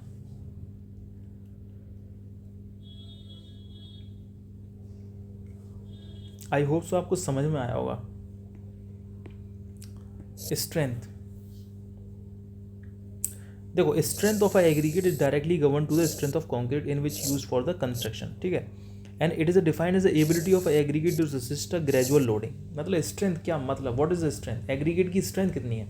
अगर आपके एग्रीगेट की स्ट्रेंथ सही होगी तभी तो हम इसको कंक्रीट के लिए यूज़ करेंगे, कि वैसे यूज़ कर देंगे, ठीक है। और बेसिकली हम लोग ग्रेजुअल लोडिंग कितना ले रहा है, ये ग्रेजुअल लोडिंग मतलब धीरे धीरे अगर लोड बढ़ रहा है एग्रीगेट पे तो क्या चेंजेस आ रहे हैं। The strength of aggregate refers in terms of the parameter aggregate crushing value. Aggregate crushing value हम लोग पता करेंगे अगर आपको स्ट्रेंथ पता करनी है एग्रीगेट की, which is determined by the crushing value test करेंगे हम लोग, ठीक है। In this test the aggregate passing through 12.5 mm sieve से पास कर दिया और retained over the 10 mm sieve पर रिटेन हो गया, subject to the gradual loading. 40 ton की हम लोगों ने इस पर ग्रेजुअल लोडिंग लगाई with the help of plunger, and the aggregate R passes through 2.36 mm and weight aggregate passing through the sieve noted in original weight of the aggregate terms as aggregate crushing value। मतलब ये है कि आपने पहले 12.5 mm की सीव ली, उस पर से पार्टिकल सारे पास कराए और उस पर लोड लगाया ग्रेजुअल 40 टन का। 40 टन की लोड लगाने के बाद फिर जो चूरा बचता है ना, उस चूरे को दोबारा से आपने पास किया, उसका वेट देखा, ठीक, उस वेट को ही हम लोग मतलब एग्रीगेट क्रशिंग वैल्यू हम लोग फाइंड आउट कर लेते हैं वहाँ से, ठीक है। For aggregate to be use in pavement construction the aggregate must not be exceeded 30% and for general construction must not be exceeded 45%। Basically जो 30% है ये रनवे के लिए यूज़ होता है और ये आपका पेवमेंट के लिए यूज़ होता है, ये चीज़ ध्यान रखना आप, ठीक है। चलिए आगे बढ़ते हैं। अब हम टफनेस क्या होता है, इम्पैक्ट टेस्ट हम लोग निकालते हैं टफनेस के लिए। And the toughness of aggregate directly govern to the toughness of concrete in which use to construction. मतलब टफ कितना है, कॉन्क्रीट में हम एग्रीगेट यूज़ करते हैं तो बेसिकली टफ कितना है हमारा, है ना। It is defined as the ability of aggregate to resist impact loading. Impact loading कितना पड़ रहा है। ग्रेजुअल लोडिंग अगर लगाना है तो हम लोग कंप्रेसिव टेस्ट मतलब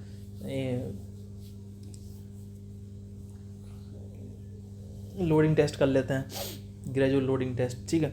और अगर इम्पैक्ट टेस्ट हमको निकालना है, टफनेस निकालना, तो हमको इम्पैक्ट लोडिंग लगा के वो टेस्ट करना पड़ेगा। Toughness of aggregate is refers in terms of parameter aggregate impact value. Aggregate impact value कितनी है and which is determined by performing aggregate impact value test and which is a sample of aggregate is subjected to 5 number of blows. कितने, 5 number of blows the help of hammer having a 40 kg का hammer होता है और free height जो होती है 38 centimetre की होती है। ऑब्जेक्टिव क्वेश्चन में क्वेश्चन पूछा जाता है कि जो इम्पैक्ट टेस्टिंग मशीन जो होती है एग्रीगेट के ऊपर इम्पैक्ट वैल्यू फाइंड आउट करने के लिए, तो उसका वेट कितना होता है हैमर का, तो 14 kg का हैमर होता है और 38 सेंटीमीटर की हाइट होती है। The sample is passes through the 2.36 mm sieve, then weight of aggregate passing through the sieve noted, and when expressed in terms of original weight, express करा के हम लोग ओरिजिनल वेट से which is term as aggregate impact value. And for aggregate to be use for pavement construction the aggregate impact value not exceed 30% and general construction के लिए not exceed 45 mm. ठीक है, 40 kg का इसका wait होता है और 38 सेंटीमीटर इसकी डिस्टेंस होती है. नंबर ऑफ ब्लोज 15 लगाते हैं, यहाँ पे 15 लिखा हुआ है, ये नंबर ऑफ ब्लोज बेटा. ठीक है, नंबर ऑफ ब्लोज कितने देते हैं, 15 नंबर ऑफ ब्लोज देते हैं हम लोग. एग्रीगेट इम्पैक्ट वैल्यू वहाँ से निकल के आ जाती है. ठीक है, और फिर 2.36 mm का सीव का साइज़ लेकर हम लोग छान लेते हैं. तो यहाँ से छानने के बाद जो वाई वेट बचता है, ठीक है, और जो हमने एक्स वेट लिया था पहले, उन दोनों वेट को 100 से इंटू करा के आपका एग्रीगेट इम्पैक्ट वैल्यू आ जाती है. देखो यहाँ पे साफ साफ लिखा हुआ, समझ में आया, कुछ नहीं आया. अब हम एग्रीगेट की हार्डनेस देखेंगे. Hardness of the aggregate is directly govern the hardness of a concrete and which is directly in construction and is defined as ability of resisting wear and tear कितना हार्ड है. और abrasion, main चीज़ है abrasion. Hardness से हम लोग abrasion पता लगाते हैं, कितना वियर टूट फूट कितनी हो रही है एग्रीगेट के अंदर. And the hardness of aggregate referred in terms of the permanently aggregate abrasion value. Aggregate की एब्रेशन वैल्यू हम लोग निकालते हैं and which is determined by any following. Deval abrasion test होता है, डाउरी एब्रेशन टेस्ट होता है, लॉस एंजलिस एब्रेशन टेस्ट होता है. ये सारे के सारे जो होते हैं वो हार्डनेस को कैलकुलेट करते हैं. किसको कैलकुलेट करते हैं, 3 टेस्ट होते हैं इसको, डॉवल, एक डेवल होता है, एक डॉरी होता है, एक लॉस एंजलिस टेस्ट होता है. ये सारे के सारे जो हैं वो हार्डनेस ऑफ एग्रीगेट को निकालते हैं, वियर एंड टीयर को निकालते हैं या एब्रेशन को निकालते हैं. ठीक है, and in this test the sample of aggregate is subject to wear and tear action. Steel balls होती हैं इसके अंदर inside the drum, rotating cylinder drum होता है, and sample passes through 1.70 mm sieve से, and weight of aggregate passes through sieve is noted when the expressing in terms of original value of the aggregate which is referred as aggregate aberration value. For the general construction the aggregate aberration value is not exceeded 50% and pavement construction के लिए not exceed 30%. General अगर work करना होगा ना तो इससे हम लोग निकाल लेंगे. ठीक है, सबसे पहले क्या किया आपने, 1.7 mm की सीव से हमने एग्रीगेट्स को निकाल लिया. ठीक है, और नंबर ऑफ ब्लोज हम लोग, नंबर ऑफ रोटेशन जो है ना, n नंबर ऑफ रोटेशन, इसके अंदर हम लोग स्टील बॉल्स का यूज़ करते हैं और 30 से 33 RPM पे हम लोग इस ड्रम को घुमाते हैं. इसका वेट 390 से 450 ग्राम का होता है. ठीक है, और जो इसके अंदर स्टील बॉल जो यूज़ होती है ना, उसका जो डायमीटर होता है वो 48 mm होता है. स्टील बॉल्स का डायमीटर भी पूछ लेता है एग्जाम में. ठीक है, फिर y/x करके इसका एब्रेशन, एग्रीगेट एब्रेशन वैल्यू निकाल लो. ठीक है, अब हम वाटर जो यूज़ कर रहे हैं कंक्रीट के अंदर वो कैसा कर रहे हैं. तो water is a most important ingredient for the proportions of concrete and least expensive. ठीक है, वाटर मोस्ट इंपॉर्टेंट होता है. Water is added in concrete order to undergo hydration with binding material during which is acquire strength. तो water किसके लिए responsible होता है, hydration के लिए रिस्पॉन्सिबल होता है नहीं होता, हाइड्रेशन के लिए रिस्पॉन्सिबल होता है ना वाटर. और बेसिकली वाटर रिएक्ट करेगा बाइंडिंग मटेरियल से, तो वाटर की क्वालिटी अच्छी होनी चाहिए ना. And the quantity of water required to be added in concrete must be carefully. अब कितना पानी डाल रहे हैं हम लोग, हमको ये भी तो पता होना चाहिए कि पानी डाले जा रहे हैं, है ना. If the water added less than the required it leads to formation of poor mix. अगर आपने जितना पानी रिक्वायर्ड था उससे कम पानी आपने डाला तो आप ये समझ लीजिएगा आपने मिक्स जो तैयार किया है वो आपका पुअर मिक्स होगा. ठीक है, and which is a neither positive strength, वो कोई भी आपकी स्ट्रेंथ नहीं देगा और कोई भी आपकी वर्केबिलिटी उसके अंदर नहीं आएगी. If the water added more than it is required to strength concrete following ways.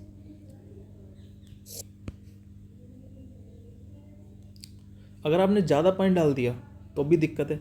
अगर आपने excess water vaporising through the capillary pores, ज़्यादा पानी डाल देंगे आप तो क्या होगा, एक्सेस वाटर क्या होगा, वेपर होगा, इवेपोरेट होगा तो उसके अंदर होल्स रह जाएंगे तो आपको पता है स्ट्रेंथ कम हो जाएगी. पोर्स लीविंग हो जाएंगे behind the air void and that reduce the availability of the area and transfer the load.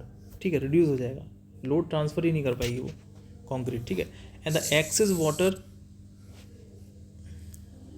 sieving through the formwork and result the formation of the honeycomb structure के formation start हो जाएंगे and which further reduce the strength, ठीक है, सीधा effect पड़ता है strength पे। And the excess water along the which cement arise the top and leads the formation of layers in terms of laitance, ठीक है, and reduce the strength between the two successive lift. मतलब सीधा simple फंडा है, अगर आपने पानी ज़्यादा डाल दिया ना तो स्ट्रेंथ आपकी रिड्यूस होनी है। The permissible limits of different parameter to be present in water to be use for the hydration are follows. Impurity की बात करें तो इम्प्योरिटीज़ देखो, सस्पेंडेड सॉलिड जो है वो 2000 मिलीग्राम पर लीटर से ज़्यादा नहीं होने चाहिए, एक्सेप्टेबल लिमिट है ये, ठीक है। CO3 ये सब चीज़ें सॉल्ट वगैरह ये 1000 मिलीग्राम पर लीटर से ज़्यादा नहीं होना चाहिए। क्लोराइड की बात करें 10,000 मिलीग्राम पर लीटर से ज़्यादा नहीं होना चाहिए। सल्फेट 20,000 मिलीग्राम पर लीटर से ज़्यादा नहीं होना चाहिए। सल्फ्यूरिक 3,000 मिलीग्राम पर लीटर से ज़्यादा नहीं होना चाहिए, ठीक है।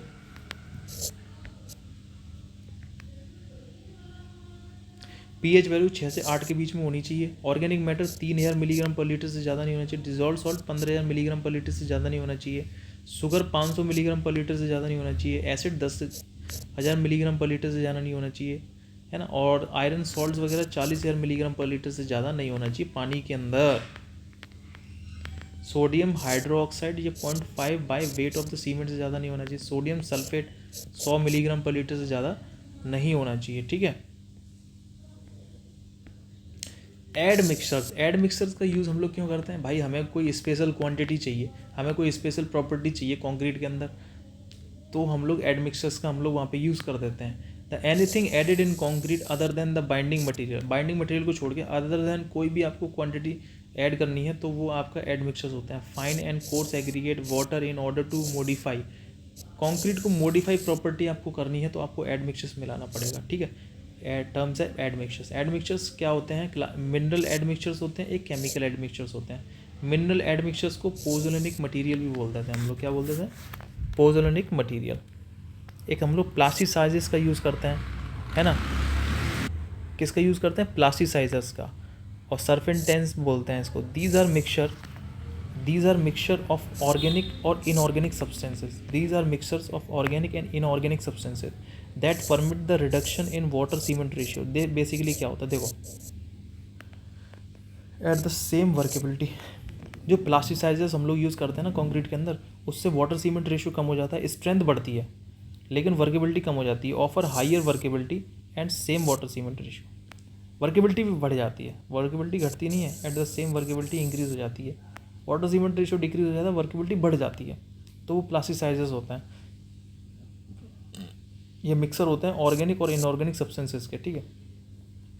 These admixtures act as a डिफ्लोकुलेटिंग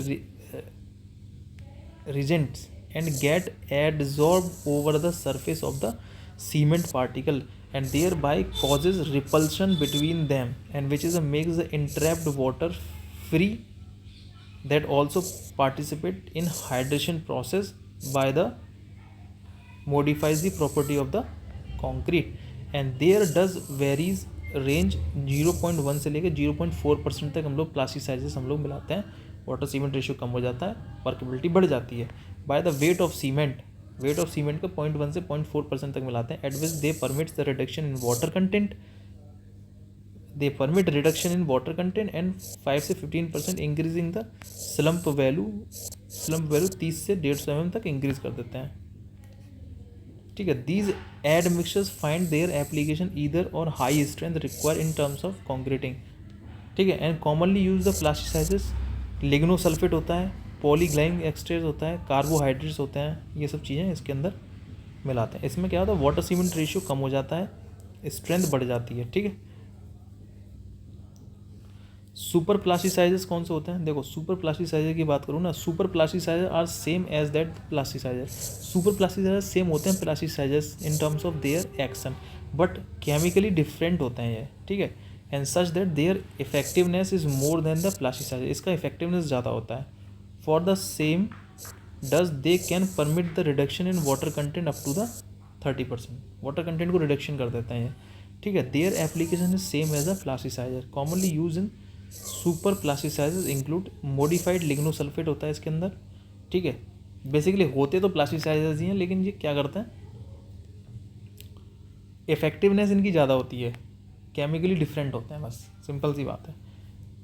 and sulphated melamine for moderate, ठीक है, ये सब चीज़ें इनके केमिकल्स वगैरह के नाम है, देख लीजिएगा। अब हम पढ़ते हैं कंक्रीट। हमारा वो सब कंप्लीट हो गया, अब हम कंक्रीट पढ़ते हैं।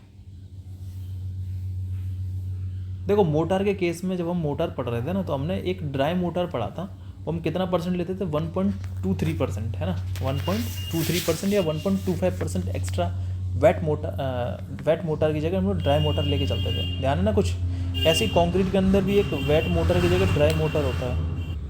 ऐसी कंक्रीट की जगह आप कंक्रीट के अंदर क्या होता है, एक वेट मोटर होता है, वो होता है 1.53 metre cube upon dry mortar. ये पॉइंट्स आपको एग्जाम में ध्यान रखना है, एग्जाम में क्वेश्चन यहाँ से बन जाता है, ठीक है। तो concrete is the terms in which use to indicate the paste prepared by addition of water, है ना, mixer of binding material, fine aggregate, coarse aggregate, admixtures, इन सबसे मिलके बनता है कंक्रीट। जो बनती है ना आपकी, वो आपका फाइन एग्रीगेट होता है, कोर्स एग्रीगेट होता है, बाइंडिंग मटेरियल होते हैं, ठीक है, और वाटर होता है। इन सब से मिला के फिर हमारा कंक्रीट बनता है। क्या बनता है, concrete. Binding material, fine aggregate, coarse aggregate and admixtures and water, फिर आपका कंक्रीट मिलेगा, ठीक है। बाइंडिंग मटेरियल में सीमेंट हो गया, लाइम हो गया, जिप्सम हो गया। फाइन एग्रीगेट के अंदर सैंड हो गया, सुर्की हो गया, सिंडर हो गया। कोर्स एग्रीगेट के अंदर ग्रेवल हो गए, ब्रिक, बेलास्ट हो गए। एड मिक्सचर्स और वाटर को मिला के कंक्रीट बन जाती है। यहाँ पे एक न्यूमेरिकल है, find out the number of cement bag require and volume of fine aggregate, coarse aggregate required to prepare a 2 metre cube of concrete in proportions 1:4। M15 का प्रोपोर्शन लिया है, M15, ठीक है। चलो देखते हैं। देखो 2 मीटर क्यूब के लिए कंक्रीट वेट, अब दो वेट कंक्रीट ड्राई मोटर कितना हो जाएगा, पहले ये बताओ। तो 2 × 1.53, ये 3.06 ड्राई मोटर हो गया। ड्राई मोटर निकाल लिया। अब देखो सीमेंट की अगर बात करें तो 1/7 इंटू 3.06 इंटू, तो इसको लीटर में करके इन्होंने 13 बैग निकाल दिए। फिर सैंड के देख लो, सैंड का होता है 2/7 इंटू 3.06, ये सैंड का मीटर क्यूब आ गया। ये कोर्स एग्रीगेट के आ गए, निकला है। What is the amount of water required for the workable mix. अब इसमें amount of water cement ratio 0.6 ले लिया and unit weight of concrete 2400। देखो cement, sand and gravel 1:4 by weight, density 2400 kilogram per metre cube, water cement ratio 0.6, volume of the concrete 1 metre cube and weight of 1 metre cube of concrete कितना होगा, 2400 kg। Let weight of the cement मान लो x मान लिया, तो x + 2x + 4x = 0.6 = 2400। तो x की value कितनी आ गई, 315.78 kg। वेट ऑफ वाटर कितना होगा, 0.6 इंटू, क्योंकि वाटर सीमेंट रेशियो इतना ले रखा है इन्होंने, तो वेट ऑफ वाटर मेरा कितना आ जाएगा, 189.47 kg आ जाएगा। Volume of water 189.47 litre. लेकिन मुझे सीमेंट नहीं पता था ना इसमें,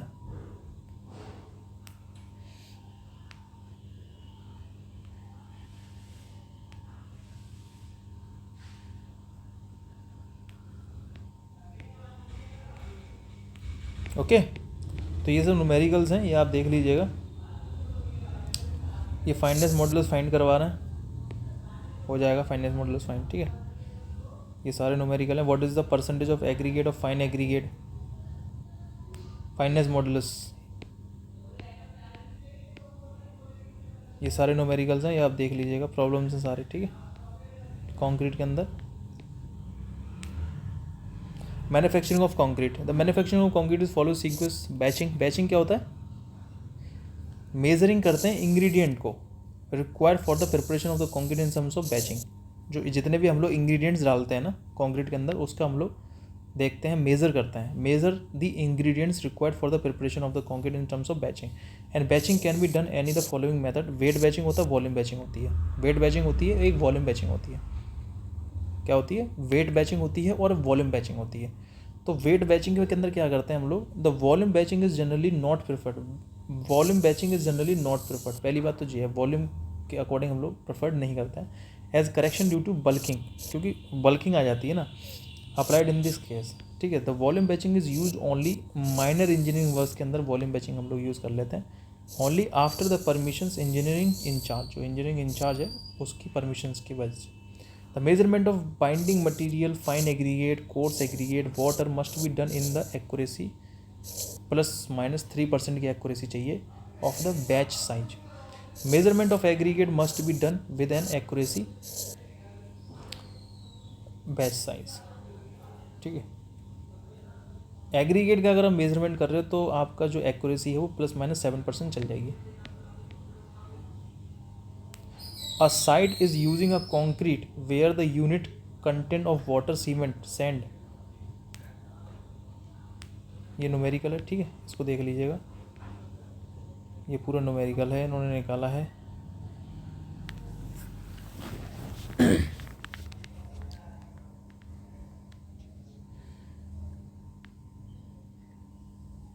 न्यूमेरिकल भी हो जाएगा, आप देखिए लगा के इसको, ठीक है। ये मैं आपको दिखा दे रहा हूँ, इसका देख लीजिएगा या स्क्रीनशॉट ले लीजिएगा। अब मिक्सिंग करेंगे हम लोग। मिक्सिंग क्या होता है भाई?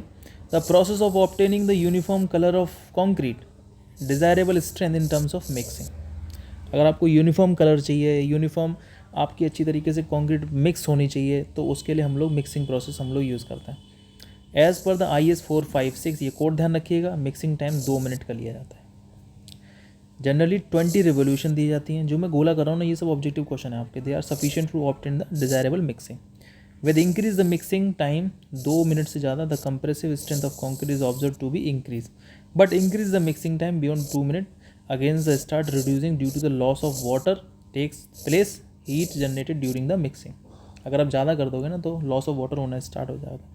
Mixing can be done by hand mixing होती है, एक मशीन मिक्सिंग होती है। मशीन मिक्सिंग के अंदर बैच मिक्सिंग होती है, एक कॉन्टीन्यूस मिक्सिंग होती है। बैच मिक्सिंग में टिल्टिंग टाइप होता है, एक नॉन टिल्टिंग टाइप होता है, ये आपको ध्यान रखना है। फिर हम ट्रांसपोर्ट करते हैं। The entire process of mixing, transporting, placing, compaction, finishing must be complete in less than initial setting time of cement. जो भी आपका initial setting time of cement है उसके अंदर ही अंदर आपको कंक्रीट को मिक्स करके, ट्रांसपोर्ट करके, प्लेसिंग करके, कॉम्पेक्शन करके कंप्लीट कर देना है। And the transporting of the concrete can be done by following method. Pan use कर लो, हैंड बैगेज यूज़ कर लो, पावर यूज़ कर लो, क्रेन यूज़ कर लो, टावर यूज़ कर लो, डंप ट्रक हो गए, ट्रांजिट मिक्सर्स हो गए, है ना, कंक्रीट पम्प्स हो गई, ह्यूट्स हो गए, बेल्ट कन्वेयर्स हो गए, ये सब चीज़ें हम यूज़ करते हैं। प्लेसिंग की अगर बात करें, the process of application of the concrete desirable location is called placing. जहाँ पे भी आपको कंक्रीट रखनी होगी वहाँ पे कंक्रीट को प्लेस कर दो, डिजायरेबल लोकेशन, वो प्लेसिंग होता है। कॉम्पैक्टिंग क्या होती है? The process of removing the entrapped air, the process of removing the entrapped air from the concrete and to form a homogeneous dense condition.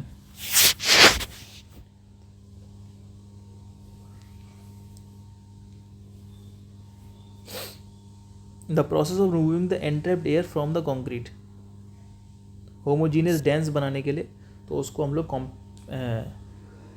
Compacting कहते हैं, ताकि उसमें से एयर रिमूव हो जाए।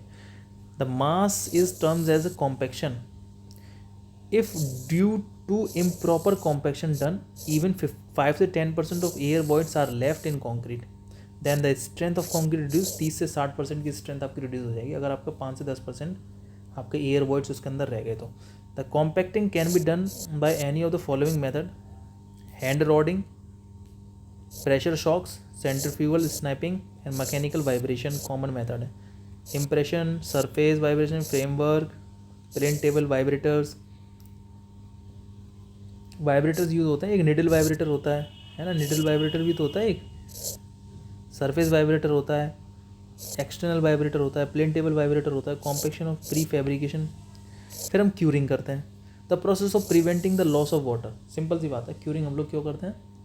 Preventing the loss of water added in concrete for hydration process के लिए जो पानी दिया गया कम से कम वो तो लॉस ना हो, and to maintain satisfactory temperature regime, term as curing. Curing must be done at least 7 days. However, it is a desirable 3 weeks at a temperature 5 से 28 days, humidity 90%. Curing can be done by any of the following method: एक तो shade कर देते हैं concrete surface से, covering of the concrete with the wet gunny bag, जो gunny bags होते हैं उनसे हम लोग क्यूरिंग करते हैं, sprinklers of water over the concrete surface and pounding method हम लोग यूज़ करते हैं। बेसिकली मोस्टली पाउंडिंग मेथड ही यूज़ आजकल होता है यूपी के अंदर हर जगह भी। और एक जो गनी बैग से भी हम लोग क्यूरिंग प्रोसेस को करते हैं। Accelerate curing, rate of curing अगर इंक्रीज होगा तो रेट ऑफ हाइड्रेशन भी, infrared curing, steam curing, time of curing is less होगा। Application of curing compounds, sodium silicate, linseed oil, bitumen bags, finishing. It is the process of leaving the smoothing the top surface of place or concrete in terms of finishing. फिर हम लोग finishing कराते हैं। The strength of concrete depend upon the both age and temperature of curing and product of age and temperature curing is term as maturity of curing. Maturity of curing का ये formula होता है, ध्यान रखना, capital T into small t, degree minus days minus hours. ये इस पे question आ चुका है मेच्योरिटी ऑफ कंक्रीट पे। ओके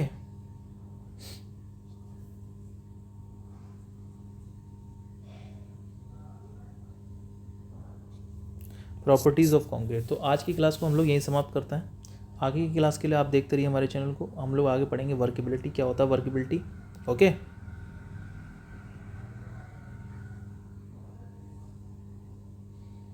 ये सब है वर्केबिलिटी पे।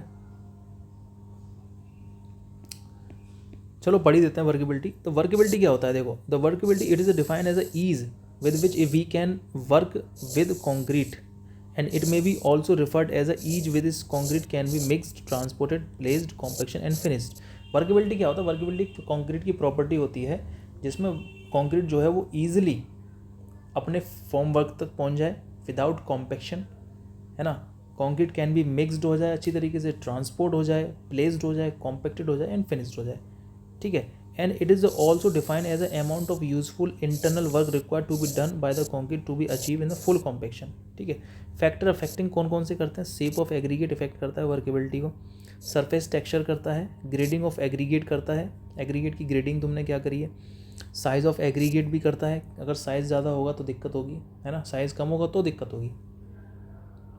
साइज़ फ्लैकीनेस इंडेक्स है, इलोंगेटेड इंडेक्स है, एंगुलर है या फिर राउंडेड है ना। यूज़ ऑफ एड मिक्स कौन कौन से यूज़ किए हैं, मिक्स प्रोपोर्शंस क्या यूज़ किए हैं आपने, एग्रीगेट एंड सीमेंट रेशो क्या लिया है, ये सब चीज़ें जो है वो आपका वर्केबिलिटी को इफेक्ट करती हैं। वाटर कंटेंट, पहली बात वाटर कंटेंट आपने क्या लिया है, ठीक है। मेजरमेंट ऑफ वर्केबिलिटी आप कैसे करेंगे, the measurement of workability can be done by any following methods. देखो स्लम्प कौन टेस्ट होता है, सिंपल सा बात है, सभी को पता है। It is the most popular test to available find out the workability of the concrete in both field and lab दोनों में, ठीक है। Due to the ease of it is a performance but it is not include all factors which is affect the governs the workability and this test is suitable for the concrete having a medium to high workability। Medium से high workability के लिए ठीक है ये, ज़्यादा लो workability के लिए ये वाला जो है, ज़्यादा लो वर्केबिलिटी के लिए ये वाला जो टेस्ट है वो आपका सही नहीं है। And the apparatus of this test is consist of a metallic mould होता है, shape of the frustum cone होता है, कोन टाइप का होता है ये, ठीक है।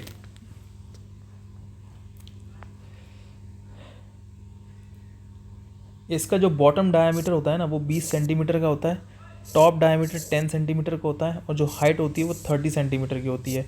एंड टेम्पिंग रॉड होती है, 16 mm का डायमीटर होता है और 60 सेंटीमीटर की टेम्पिंग रॉड होती है इसकी, जो जिससे हम लोग ये कंक्रीट को इसमें भर के 16 mm का डायमीटर होता है, 60 सेंटीमीटर की हाइट होती है। In order to perform this test mould is placed over a level of ground and concrete to be tested is filled in it is 4 layers। 4 layers के अंदर हम लोग कंक्रीट को फिल्ड करते हैं and where each layer is properly compacted by subjected to 25 number of blows with the help of tamping rod। Okay, when the mold is completely filled is raised in vertically upward direction and causes the concrete and the further used in indicate the workability of concrete in terms of the parameter slump value, ठीक है। The shape of the slump in this test further to be used to represent the characteristic of the concrete in terms of the cohesiveness. Cohesiveness कितना है, ठीक है.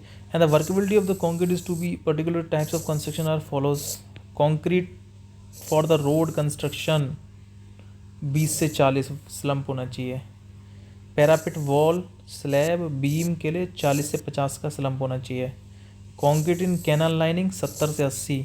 Arches walls of tunnel 90 से 100. Normal RCC work के लिए 80 से 150 के बीच में होना चाहिए. ठीक है, ये क्वेश्चन एग्जाम में पूछे जाएंगे आपसे.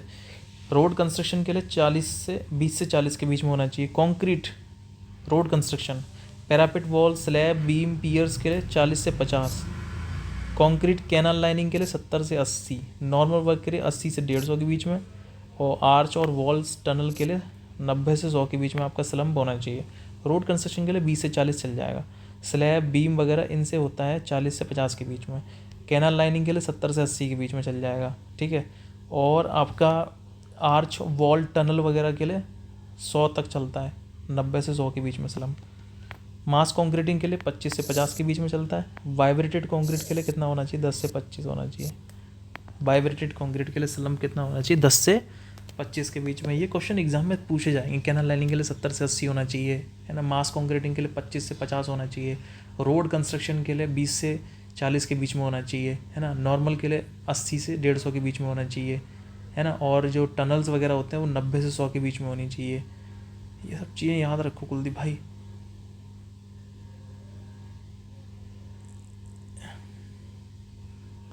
ये सब चीज़ें आप सब लोग याद रखो. मेरा नाम कुलदीप है भाई, ठीक है. ऐसे बोल बोल के अगर आप याद करोगे ना, ये चीज़ें याद हो जाएंगी आपको. ठीक है, एग्जाम में क्वेश्चन यहाँ से आएगा ही आएगा ही. कंक्रीट फॉर रोड कंस्ट्रक्शन 20 से 40. Parapet wall slab beam piers के लिए 40 से 50. कंक्रीट इन कैनल लाइनिंग 70 से 80 होना चाहिए. आर्चेज के लिए वॉल्स टनल के लिए 90 से 100 के बीच में होना चाहिए. नॉर्मल आरसीसी वर्क के लिए 80 से 150 के बीच में होना चाहिए. मास कंक्रीटिंग के लिए 25 से 50 के बीच में. वाइब्रेटेड कंक्रीट के लिए ध्यान रखना 10 से 25, ये इंपॉर्टेंट है. वाइब्रेटेड कंक्रीट, हालांकि सभी इंपॉर्टेंट है. ठीक है, अब देखो ये टॉप डायमीटर 10 mm का होता है, बॉटम डायमीटर 20 का होता है, हाइट 30 सेंटीमीटर की होती है. इसकी टैंपिंग रॉड होती है, उसका डायमीटर 16 mm होता है और 60 सेंटीमीटर की इसकी हाइट होती है. स्लम्प वैल्यू एक 3 टाइप के होते हैं. ट्रू स्लम्प होता है, सीयर स्लम्प होता है, कॉलेप्स होता है. एक और इसका टेस्ट होता है compaction factor test. Compaction factor test क्या होता है भाई, क्यों करते हैं कॉम्पैक्शन फैक्टर टेस्ट. ठीक है, देखो this test is more sensitive. ये बेसिकली मोर सेंसिटिव होता है एंड प्रिसाइज देता है स्लम्प टेस्ट से. ठीक है, प्रिसाइज कौन सा होता है, तो कॉम्पैक्शन फैक्टर टेस्ट होता है. And which is a suitable to be use for the concrete having a medium low workability. Medium low workability के लिए ये बेसिकली कॉम्पैक्शन फैक्टर टेस्ट हम लोग करते हैं. And the principle of this test is based upon the determining the degree of compaction achieved by the performing standard amount of the work done over the concrete allowing from the known as standard height.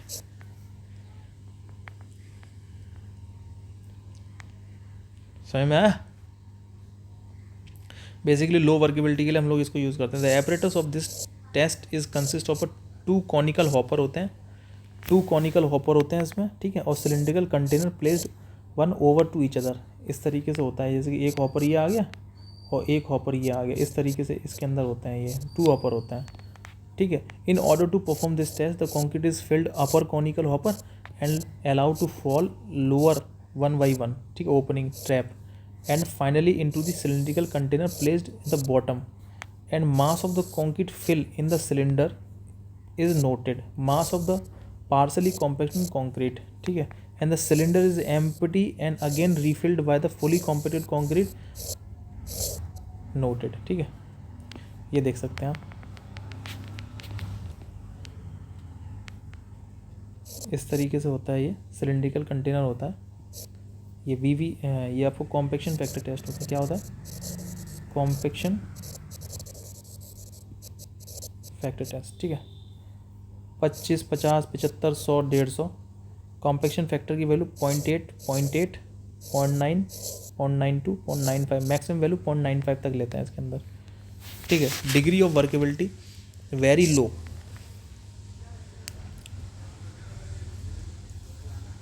0.78 से 0.80. Use in construction. Road construction precast slab के अंदर इसका use करते हैं। Suitable test VV consistometer use करते हैं। अगर 25 से 50 है बेसिकली मास कॉन्क्रीटिंग के लिए सबसे ज़्यादा यूज़ करते हैं हम लोग।